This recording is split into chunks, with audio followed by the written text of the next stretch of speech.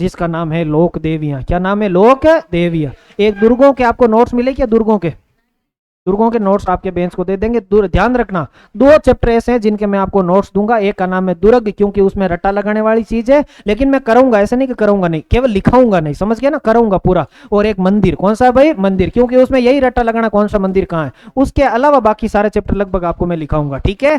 Page के बीचों बीच heading लगाइए लोक देवियां। क्या हेडिंग लगाएंगे? लोक देवियां। देवता के बाद देवते देवियां लगातार ही पढ़ लेते हैं, तो हेडिंग लगाइए लोक देवियां। लोक देवता हमने कितने पढ़े? 22-23 पढ़े होंगे ना? 23 लोक देवता पढ़े। लोक देवी आपको 43 पढ़ाएंगे, ठीक है। लेकिन लोक देवियों में टाइम देवताओं से कम लगेगा। उसका कारण यह है कि जैसे मैंने आज कितने देवता पढ़ा दिया आपको, ठीक है। लोक देवियां तो सब इतनी है, तो इसीलिए टाइम नहीं लगता लोक देवियों में। केवल एक देवी में टाइम लगता है, करणी माता। कौन सी माता है? करणी माता। और वो आज ही पढ़ा दूंगा। उसके बाद 2-3 क्लास में मामला खत्म, बस। चलो, लोक देवियां। लेकिन लोक देवियां पढ़ेंगे ना, उसमें पेज के साइड में पहला सा छोटा सा हेडिंग लगाओ, कुल देवी। क्या हेडिंग लगाओ बताओ देखे? कुल देवी। पहले कुल देवी में लिखना है, व्हाट इज कुल देवी। कुल देवी क्या होती है? लोक देवियां हेडिंग लगाइए, और पेज के साइड में 1 नंबर लिखिए कुल देवी। क्या लिखेंगे बताओ देखे? कुल देवी। क्या होती है कुल देवी? किसी कुल या वंश में जन्म लेने वाली देवी उस कुल या वंश की क्या कहलाती है? कुल देवी। लिखो परिभाषा, किसी वंश या कुल। अब ध्यान रखना, मैं वंश लिखाऊं चाहे कुल लिखाऊं, एक ही बात है, ठीक है। वंश या कुल सेम ही चीज होती है, तो इसीलिए मैं बार बार यह चीज नहीं लिखूंगा कि वंश या कुल, एक ही बार लिखा रहा हूं। किसी वंश या कुल में, किसी वंश या कुल में जन्म लेने वाली देवी, किसी वंश या कुल में जन्म लेने वाली देवी उस वंश या कुल की, किसी वंश या कुल में जन्म लेने वाली देवी उस वंश या कुल की कुल देवी कहलाती हैं। किसी वंश या कुल में जन्म लेने वाली देवी उस वंश की कुल देवी कहलाती है। उस वंश की क्या कहलाती है बताओ देखे? कुल देवी। अब अगली बात एक और लिखो, कुल देवी में एक लाइन और लिखनी अभी। कुल देवी में एक लाइन और लिखो, किसी वंश या कुल की, किसी वंश या कुल की कुल देवी, किसी वंश या कुल की कुल देवी हमेशा एक ही होती है। किसी वंश या कुल की कुल देवी हमेशा कितनी होती है? एक। किसी वंश या कुल की कुल देवी हमेशा एक ही होती है। मतलब कोई भी जो वंश है उसकी कुल देवी हमेशा कितनी होगी? एक। किसी वंश की दो कुल देवी नहीं होती, दो जो होती है उसे आराध्य देवी कहते हैं। क्या कहते हैं? आराध्य। आराध्य देवी या इष्ट देवी अलग होती है, कुल देवी अलग होती है। जैसे मैं आपसे कुछ क्वेश्चन पूछ लूं, मुझे बताओ मेवाड़ का जो गुहिल या जो सिसोदिया राजवंश है उसकी कुल देवी का नाम क्या है? बाण माता। क्या नाम है? बाण माता। चलो मुझे बताओ जयपुर के कच्छा वंश की कुल देवी कौन है? जमुआई माता। जैसलमेर के भाटी वंश की कुल देवी कौन है? स्वांगिया माता। कौन है बताओ देखे? स्वांगिया माता। और जोधपुर के राठौड़ों की कुल देवी कौन है? नागणेची माता। अब बताओ बीकानेर के राठौड़ों की कुल देवी कौन है? करणी माता नहीं होगी बेटा, नागणेची माता। कौन होगी? नागणेची माता। क्योंकि राव जोधा का बेटा कौन है? राव बीका। तो कुल देवी चेंज थोड़ी होगी बेटो, नारो ईगो तो बीरू कहीं, कुल देवी तो एक ही रहेगी, है ना। करणी माता नहीं है, करणी माता चारण जाति की कुल देवी है। कौन सी जाति की है? चारण जाति। यही कंफ्यूजन मुझे दूर करना है कि कोई भी वंश जो एक जगह है, अगर उसका कोई भी मान लो कि भाई दूसरी जगह भी वो चले जाते हैं, तब भी उनकी कुल देवी में कभी भी चेंज नहीं आता। आराध्य देवी में चेंज आ सकता है, क्योंकि बीकानेर के राठौड़ों की आराध्य देवी करणी माता है, और जोधपुर के राठौड़ों की आराध्य देवी चामुंडा माता है। कौन माता है? चामुंडा माता, ठीक है। आराध्य देवी का मतलब होता है किसी देवी के चमत्कारों से प्रभावित होकर उसकी परिक्रमा या उसकी पूजा स्टार्ट करते हैं, उसे आराध्य देवी कहते हैं। जबकि कुल देवी कुल में क्या लेती है? जन्म। मैं जशनाती हूँ, मेरी कुल देवी जशना, मेरे तो कुल देवता जशनाथ जी है, लेकिन आप फेरी तो तेजा जी की भी दे देवा, फेरी रामदेव जी की भी दे देवा, तो तेजा जी, रामदेव जी, ये मेरे आराध्य देवता है। कौन से देवता है? आराध्य। और आराध्य देवता एक या एक से ज्यादा हो सकते हैं, ध्यान रखना, ठीक है। चलो एक लाइन इसमें तो होगी कंप्लीट। अगला लिखो आराध्य या इष्ट देवी। लिखो आराध्य या इष्ट देवी। आराध्य या इष्ट देवी। आराध्य या इष्ट देवी में लिखो डेस करके।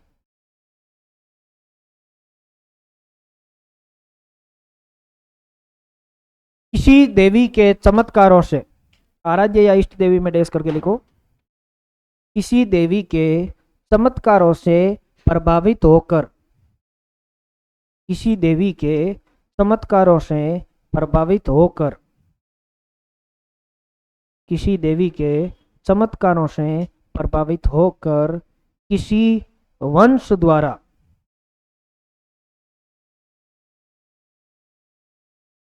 किसी देवी के चमत्कारों से प्रभावित होकर किसी वंश द्वारा उस देवी की पूजा आरंभ की जाती है।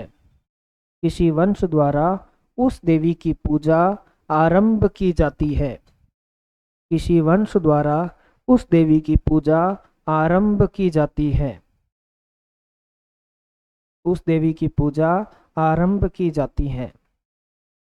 वह देवी, खड़ी पाई के बाद लाइन को कंटिन्यू करना है, खड़ी पाई लगाने के बाद कंटिन्यू करना है। वह देवी उस वंश की आराध्य या इष्ट देवी कहलाती है। वह देवी उस वंश की आराध्य या इष्ट देवी कहलाती है। वह देवी उस वंश की आराध्य या क्या कहलाती है बताओ, देखे, इष्ट देवी कहलाती है। एक लाइन इसमें भी और लिखनी है, जैसे हमने कुल देवी में 2 लाइनें लिखी ना, वैसे इसमें भी 2 लाइनें लिखेंगे। किसी वंश की आराध्य या इष्ट देवी, किसी वंश की आराध्य या इष्ट देवी, किसी वंश की आराध्य या इष्ट देवी एक या एक से ज्यादा हो सकती है, जबकि कुल देवी हमेशा कितनी होती है, एक। किसी वंश की आराध्य या इष्ट देवी एक या एक से ज्यादा हो सकती है। आराध्य या इष्ट देवी एक या एक से ज्यादा हो सकती है। ठीक है, चलो, ये दोनों तो मामला समझ में आ गया ना, कि किसी कुल में जन्म लेने वाली देवी उस कुल या उस वंश की क्या कहलाती है, कुल देवी। और कुल देवी हमेशा कितनी होती है, एक। किसी देवी के चमत्कारों से प्रभावित होकर जब किसी वंश के शासकों द्वारा उसकी पूजा की जाती है तो वह देवी उस वंश की क्या कहलाती है, आराध्य या इष्ट देवी। और आराध्य या इष्ट देवी एक या एक से ज्यादा हो सकती है। सबसे पहले लोक देवी पेज के बीचों बीच हेडिंग लगाएंगे। इनमें कोई अपना क्रम निर्धारित नहीं है देवता के, जैसे कि पहले पंच पीर पढ़ने, ऐसे कोई पंच देवियां है नहीं हमारे, इसीलिए हम अपने हिसाब से पढ़ेंगे। और मैं आपको जिले वाइज पढ़ाऊंगा। किसके अनुसार पढ़ाऊंगा, जिले, कि भाई इस जिले में ये जो देवियां एक जगह पढ़ा दूंगा, अगले जिले की अगली देवियां एक जगह, जिसे थोड़ा सा मामला इजी रहेगा आपके। ठीक है, जिले वाइज देवियां पढ़ेंगे। देवियों में सबसे इंपॉर्टेंट चीज है कि कौन सी देवी का मंदिर कहाँ है और वो किसकी कुल देवी है। 2 सवाल सबसे ज्यादा रिपीट होता है। ठीक है, तो आपका पूरा फोकस जब तक देवियां हो तब तक एक तो यह याद रखना कि कहां पर उनका मंदिर है, और दूसरी है कि किसकी ये कुल देवी है। दोनों चीजें बहुत आपको इंपॉर्टेंटली ध्यान रखनी है। ठीक है, बाकी ज्यादा इतना कुछ इंपॉर्टेंट चीजें होगी नहीं। सबसे पहली लोक देवी, सबसे बड़ी लोक देवी हम पढ़ेंगे, जिनका नाम है करणी माता। क्या नाम है भाई, करणी माता। जिला हेडिंग नहीं लगाना, पहले हेडिंग सीधा ही लगाना, करणी माता। ठीक है, जिले में धीरे धीरे आपको याद करवाता जाऊंगा। हेडिंग लगाइए करणी माता। करणी माता को तो जानते ही हो आप सब लोग, तो आज करणी माता के बारे में संपूर्ण जानकारी आपको बताते हैं। ऐसा बोलते हैं कि जन्म से ही देवी थी। जब इनका जन्म हुआ तो ये 7 बहनें थी और घर वाले थोड़े दुखी थे, क्योंकि जब किसी के घर में 7 लड़कियां हो जाए तो दुखी होगा भाई, पुत्र चाहिए। और इनकी एक बुआ थी, उसकी इच्छा थी कि इस बालिका को कैसे ही करके मार दिया जाए। तो उन्होंने इसके हाथ लगाया करणी माता के। उस बुआ के बचपन से ऐसे अंगुलियां जुड़ी हुई होती थी, जैसे ही करणी माता के हाथ लगाया, हाथ पकड़ा, वैसे ही वो उंगलियां ऐसे खुल गई और उनको पता चल गया कि कोई देवी है। क्या है भाई, देवी। जब करणी माता 6 वर्ष की थी तब इनके पिताजी को सांप ने डस लिया, जिससे उनका निधन हो गया। इन्होंने वापस पुनर्जीवित कर दिया। एक बार आगे की बात है कि इनकी एक बहन होगी गुलाब कंवर। क्या नाम होगा, गुलाब कंवर। ये पहले तो शादी कर लेगी अपने पिताजी के दबाव में आकर, देशनोक देपाजी बिट्टू से। लेकिन शादी के बाद अपने पति को बोलेगी कि मेरे ग्रस्त जीवन में कोई रुचि नहीं है, मैं तो देवी हूँ, मैं तो अपनी भक्ति करती हूँ तेमड़े राय माता की, तुम जानो तुम्हारा काम जड़े। तो इनके पति की दूसरी शादी होती है इनकी बहन से, जिसका नाम है गुलाब कंवर। क्या नाम है, गुलाब कंवर। और उस गुलाब कंवर और देपाजी बिट्टू का एक पुत्र होता है जिसका नाम होता है लखन। क्या नाम होता है, लखन। उस लखन को करणी माता गोद ले लेती है। ऐसा पुत्र जो गोद लिया हुआ होता है उसे बोलते हैं दत्तक पुत्र। क्या बोलते हैं, दत्तक पुत्र। तो करणी माता के दत्तक पुत्र होंगे। एक बार कोलाइत के मेले में घूमते घूमते झील में डूब जाएंगे, जिससे उनका क्या हो जाएगा, निधन।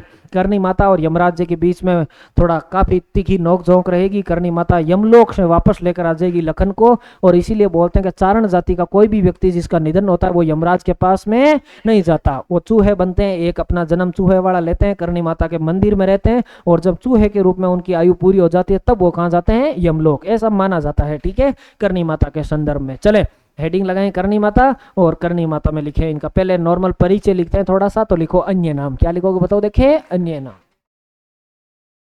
करणी माता का सबसे पहले लिखो अन्य नाम जोग माया।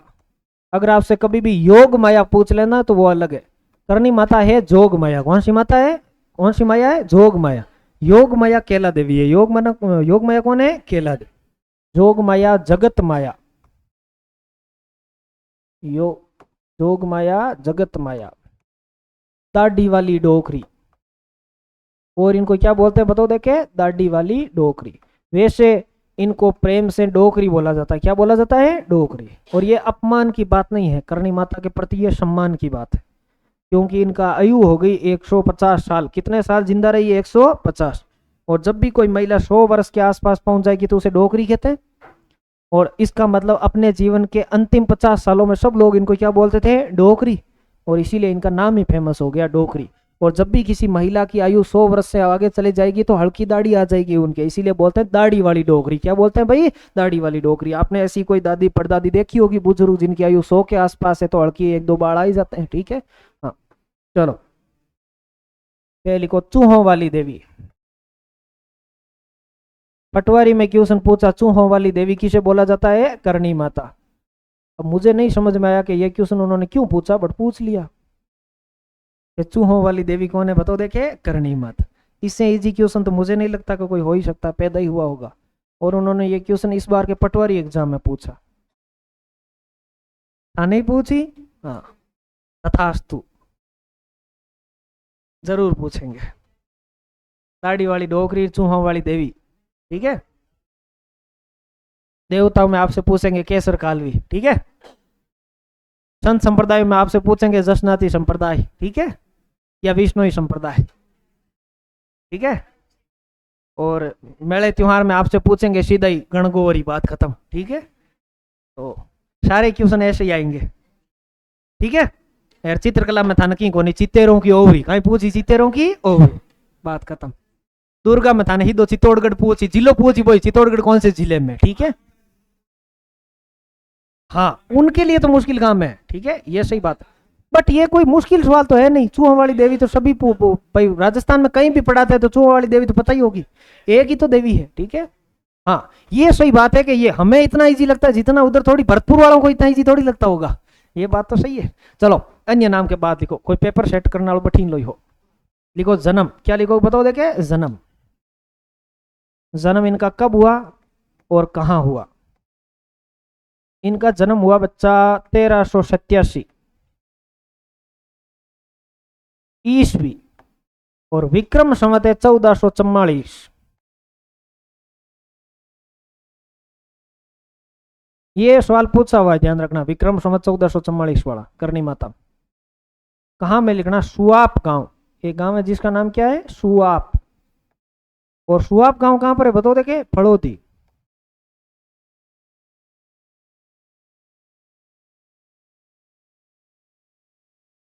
पे लिखो पिता, इनके पिताजी का नाम है मेहाजी कीनिया। एक हमने मंगलिया मेहाजी देवता भी पढ़े थे ना, वो अलग है। मेहाजी कीनिया चारण। माता, इनकी माता जी का नाम है देवल। देवल चारणी पढ़ी है, देवल चारणी, वो नहीं, अलग है। माता है देवल बाई।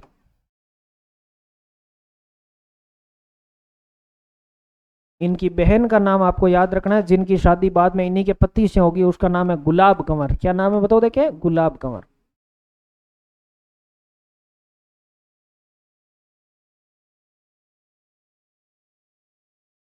इनका विवाह लिखना, विवाह। इनका विवाह होगा देपाजी बिट्टू, देपाजी बिट्टू से।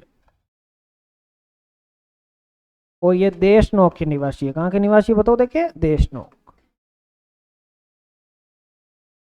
दत्तक पुत्र, दत्तक पुत्र का मतलब समझ गए ना, गोद लिया हुआ पुत्र। और दत्तक पुत्र का नाम है लखन। ये देपाजी बिट्टू और गुलाब कंवर का बेटा है, ठीक है, लखन। कहीं आपको लक्ष्मण वक्ष्मण लिखा हुआ मिले तो भी वही नाम, लखन। और फिर लिखो प्रतीक। करनी माता का प्रतीक चिन्ह क्या है बताओ देखे? सफेद चील। क्या प्रतीक है? सफेद चील। इनका प्रतीक चिन्ह है सफेद चील। और जो सफेद चील होती है उसे बोलते हैं संवड़ी। क्या बोलते हैं बताओ देखे? संवड़ी।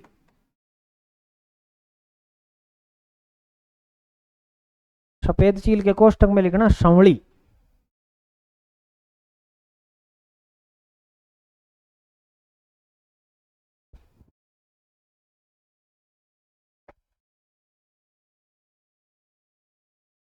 सफेद चील के कोष्टक में लिखना संवड़ी। ओले भाई ओले।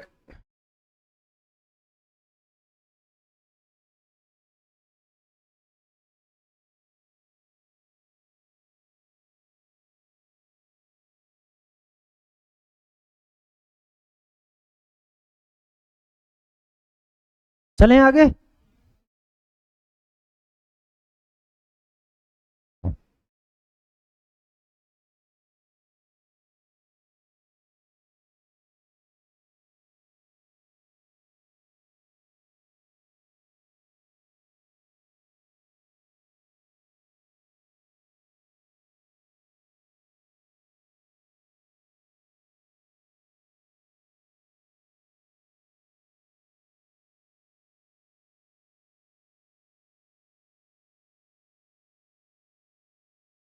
चले और आगे चलें। और प्रतीक के बाद लिखें अगला कुल देवी।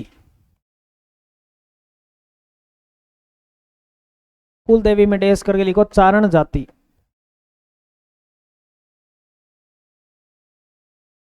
आराध्य देवी।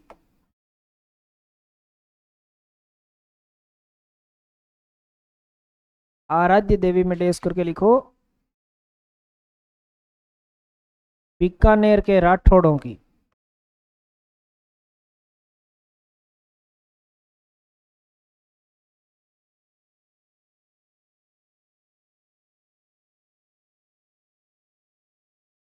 आरती।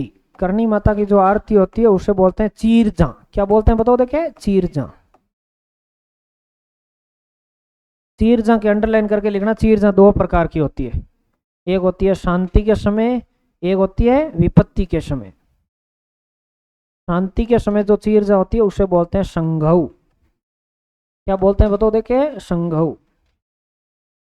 और विपत्ति के समय जो चीरजा होती है उसे बोलते हैं घड़ऊ।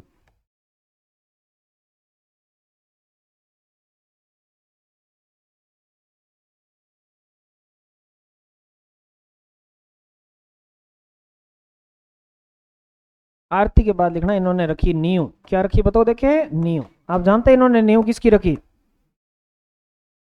मेहरानगढ़ दुर्ग। कौन सी दुर्ग की रखी है? मेहरानगढ़ दुर्ग।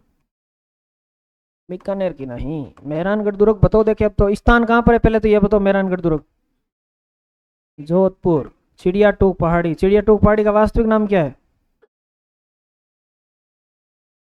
पचेटिया। पचेटिया पचेटिया पचेटिया। चिड़िया नाथ जी वहां तपस्या करते थे। इसमें दो तीन बातें और भी लिख दो। लिखो निर्माता। मेहरानगढ़ दुर्ग का निर्माता कौन है? राव जोधा।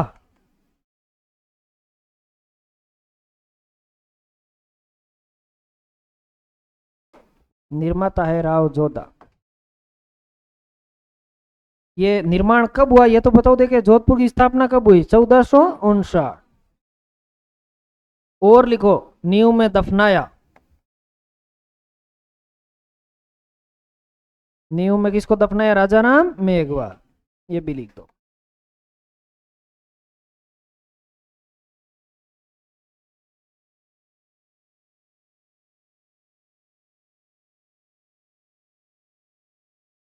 नींव में दफनाया राजा राम मेघवाल।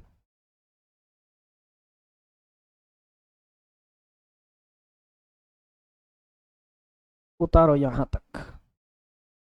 फिर और आगे चलेंगे।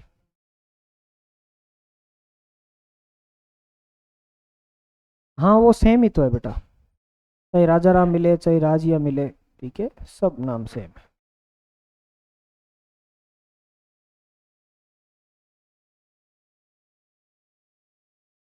आप जब मेहरानगढ़ दुर्ग जाते हो तो आप देखते हो कि पहले ही प्रवेश द्वार के पास इनका क्या बना हुआ है, स्मारक, राजा राम मेघवाल स्मारक बना हुआ है।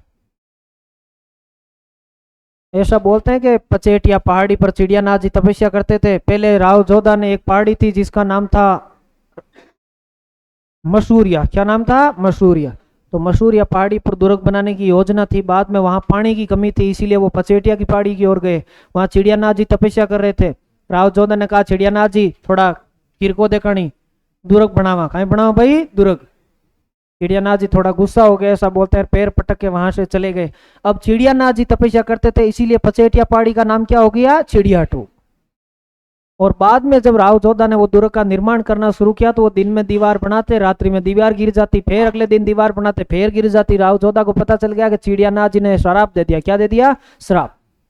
और उनको लगा कि इस श्राप को उतारने के लिए एक ही देवी काम आ सकती है जिनका नाम क्या है, करणी माता।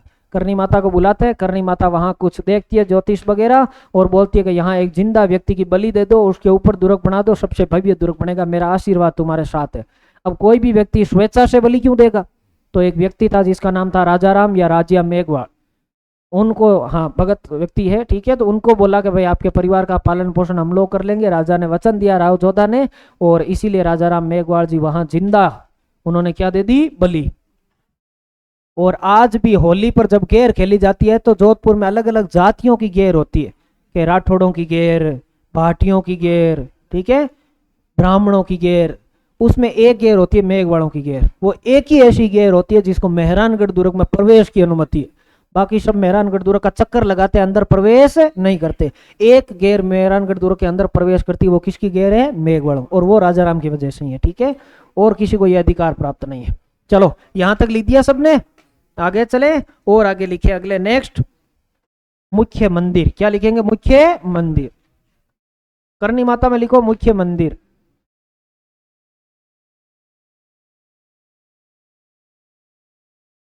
मुख्य मंदिर में लिखो सबसे पहले स्थान, स्थान कहां पर है बताओ, देखे, देशनोक। इनके मुख्य मंदिर में जो सफेद चूहा होता है उसे क्या कहते हैं, काबा। और सफेद चील को क्या कहते हैं, सांवली, संवली, काबा। तू रेप सुने है अंग्रेजी में, हूँ चारण चंदा गीत प्रिय, तू बात बदल जा मतलब शू, हूँ रजवट वाली रीत प्रिय, तू डरती देखत उंदरिया मन काबा वाली प्रीत प्रिय। सफेद चूहा को क्या बोलते हैं, काबा। यहाँ दो कढ़ाइयां हैं इनके मंदिर में, कढ़ाइयां, उन कढ़ाइयों को क्या बोलते हैं, सावन भादो कढ़ाइयां, सावन भादो कढ़ाइयां। सावन भादो कभी आपसे मूर्तियां पूछ ले तो अचलगढ़ दुर्ग शिरोई, कुंभा और उद्दा की मूर्तियां। अगर आपसे कभी सावन भादो झील पूछ ले तो माउंट आबू शिरोई, कभी आपसे सावन भादो नहर पूछ ले तो कोटा, कभी आपसे सावन भादो महल पूछ ले तो डीग, है ना। हाँ सावन भादो बावड़ी पूछ ले तो बूंदी। ये सब मैं लिखा दूंगा आपको, जब महल पढ़ूंगा तब लिखा दूंगा, ठीक है, एक ही जगह लिखा देंगे सब, अभी यहाँ नहीं लिखना आपने। यहाँ इतना लिख दो कि कढ़ाइयाँ कौन सी है बताओ, देखे, सावन भादो कढ़ाइयाँ। और फिर लिखो इनका मेला कब भरता है बताओ, देखे, नवरात्रों में मेला भरता है, नवरात्रों में।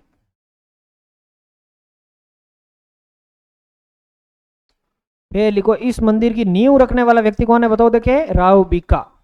इन्होंने राव बीका को आशीर्वाद दिया था करनी माता ने, बीकानेर बसा लो भाई, बीका थारो बीकाणो जोधाने सवायो बादशी। फिर लिखो निर्माण, इनके मंदिर का जो निर्माण करवाया वो एक्चुअली में सूरत सिंह ने करवाया। किसने करवाया बताओ, देखे, सूरत सिंह।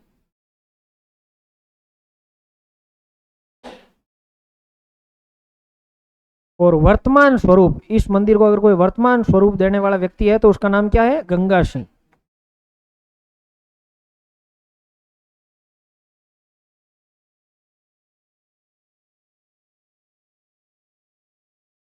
और अगर आपसे पूछ ले कि इस मंदिर में सोने के किवाड़, किवाड़ बोलो या क्या बोल दो बताओ, देखे, दरवाजे, सोने के दरवाजे लगवाने वाला व्यक्ति है बख्तावर सिंह।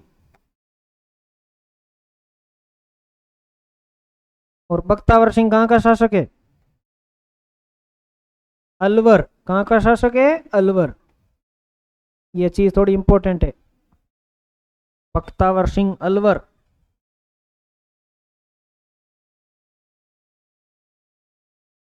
क्या हुआ?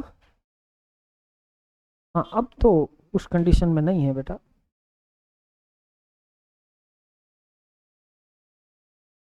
और इनके मंदिर के लिख देने अन्य नाम। क्या लिख देने बताओ? देखे, अन्य नाम। इनके मंदिर में लिखा रहा हूं मैं, सारी चीजें ध्यान रखना। अन्य नाम, इनके मंदिर का अन्य नाम है मठ। मंदिर को और क्या बोलते हैं? मठ। और बोलते हैं चूहों का अजैब घर। खंभों का अजैब घर पूछ ले तो मठ और चूहों का अजैब घर।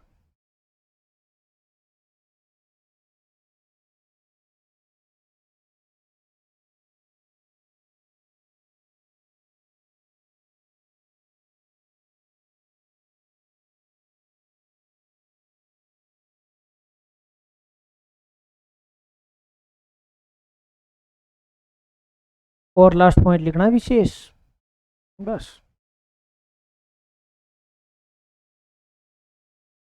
क्या हुआ, थकान हो रही है क्या? थक गा कहीं? अब आओ कौन पड़ी मतलब? अच्छा, आज जल्दी आया गए थे?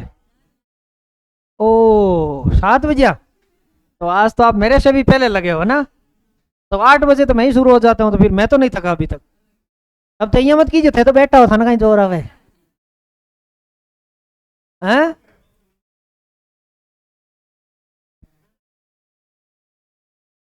हर चीज में पीछे लाना जरूरी है तुमके? हाँ, तो बात तो अभी आई हुई, मैं तो 5 साल में पढ़ा हूँ है। चलो लिखो विशेष। क्या लिखोगे भाई? विशेष। यही थोड़ो संघर्ष करो, कहीं करो भाई संघर्ष। संघर्ष करो जन थाके ही आए।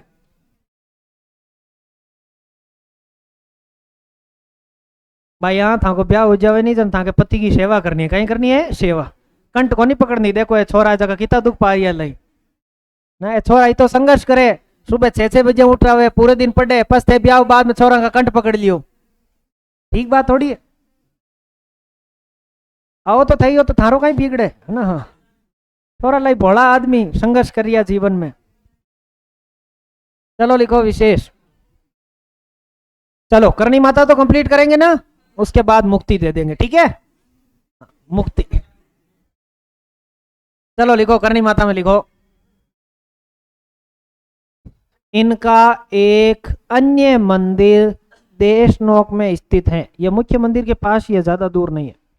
इनका एक अन्य मंदिर देशनोक में स्थित है जिसे इनका एक अन्य मंदिर देशनोक में स्थित है जिसे नेहड़जी कहा जाता है। इनका एक अन्य मंदिर देशनोक में स्थित है जिसे नेहड़जी कहा जाता है तथा इसमें जिसे नेहड़जी कहा जाता है तथा इसमें तोरण कोमा त्रिशूल वे संदूक रखी हुई हैं। तथा इसमें तोरण कोमा त्रिशूल वे संदूक रखी हुई हैं। तथा इसमें तोरण कोमा त्रिशूल वे संदूक रखी हुई हैं।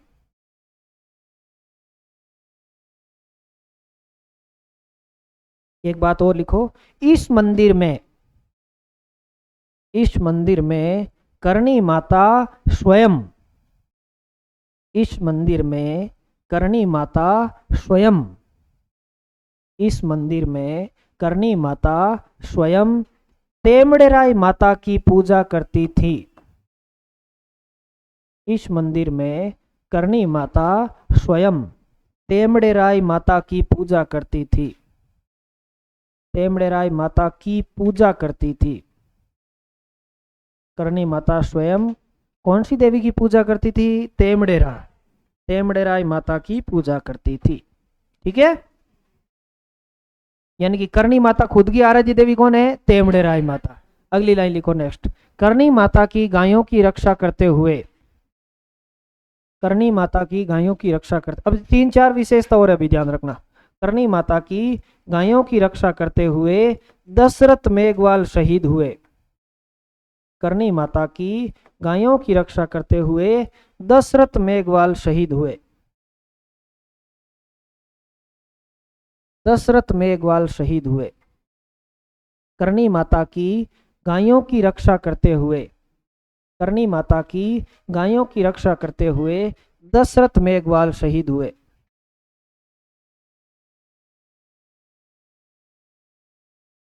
और आगे चलो।